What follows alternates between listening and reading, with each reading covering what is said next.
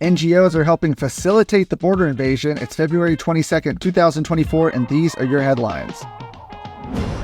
Ken Paxton, the Republican Attorney General of Texas, is going after a non-governmental organization for allegedly stoking the crisis at the U.S. southern border.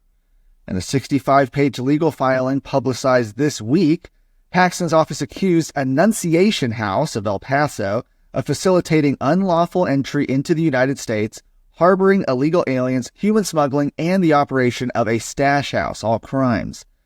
Annunciation House, which has operated several shelters in El Paso for years, describes itself on its website as a Catholic nonprofit intent on aiding illegal aliens, quote, through hospitality, advocacy, and education. Paxton said the chaos at the southern border has created an environment where NGOs funded with taxpayer money from the Biden administration facilitate astonishing horrors, including human smuggling. The first hearing on the OAG's lawsuit here is currently scheduled for February 28th. Judge Francisco Dominguez of the 205th Judicial District Court in El Paso County is overseeing both Annunciation House's initial claim and the OAG's counterclaim. Texas Scorecard has previously reported earlier this month on Paxton's criticism of the Biden administration for a proposed border security measure that, among other provisions, sought to provide over $1 billion to NGOs like Annunciation House.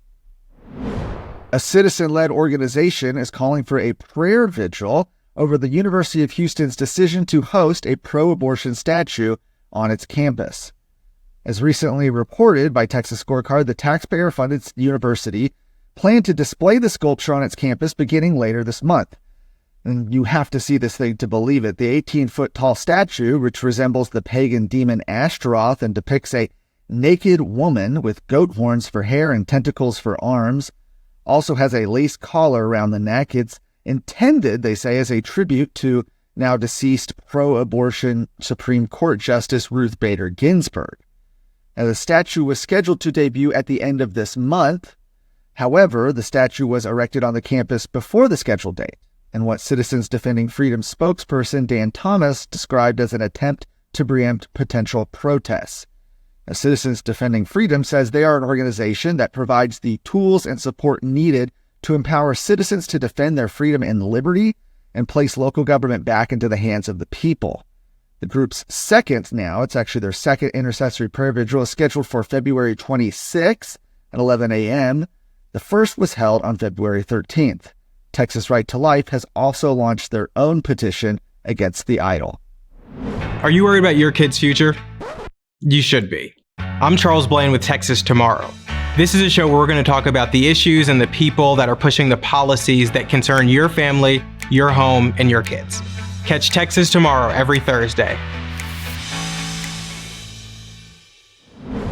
And lastly, in an apparent violation of state laws against public employees electioneering with taxpayer funds, a Denton Independent School District principal emailed employees encouraging them to vote in the Republican primary election, decrying school choice and promising, quote, coverage at work for them to vote. The latest email, sent to all staff at Borman Elementary by Principal Jesus Lujan, was sent to Texas Scorecard following reports of another Denton ISD administrator, Lujan's wife Lindsay, engaging in similar tactics on the taxpayer's dime. The Texas Election Code prohibits public employees from using public resources to electioneer, while the Texas Penal Code prohibits voter coercion. Both offenses are Class A misdemeanors.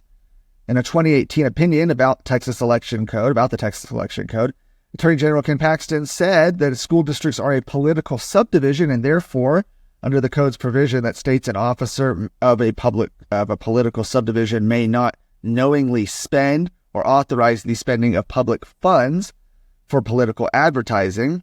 Likewise, his wife's emails, Mr. Lujan's email tells employees that the district, quote, will provide coverage for all Borman employees at the school, to go and vote in the Texas Republican primary. Our goal, he said, is 100% of Borman employees voting because it is that important. The Attorney General's office has emphasized concern over electioneering in schools in recent elections and encouraging those who see potential violations to report them. The AG's office recently set up a complaint form specifically for school electioneering.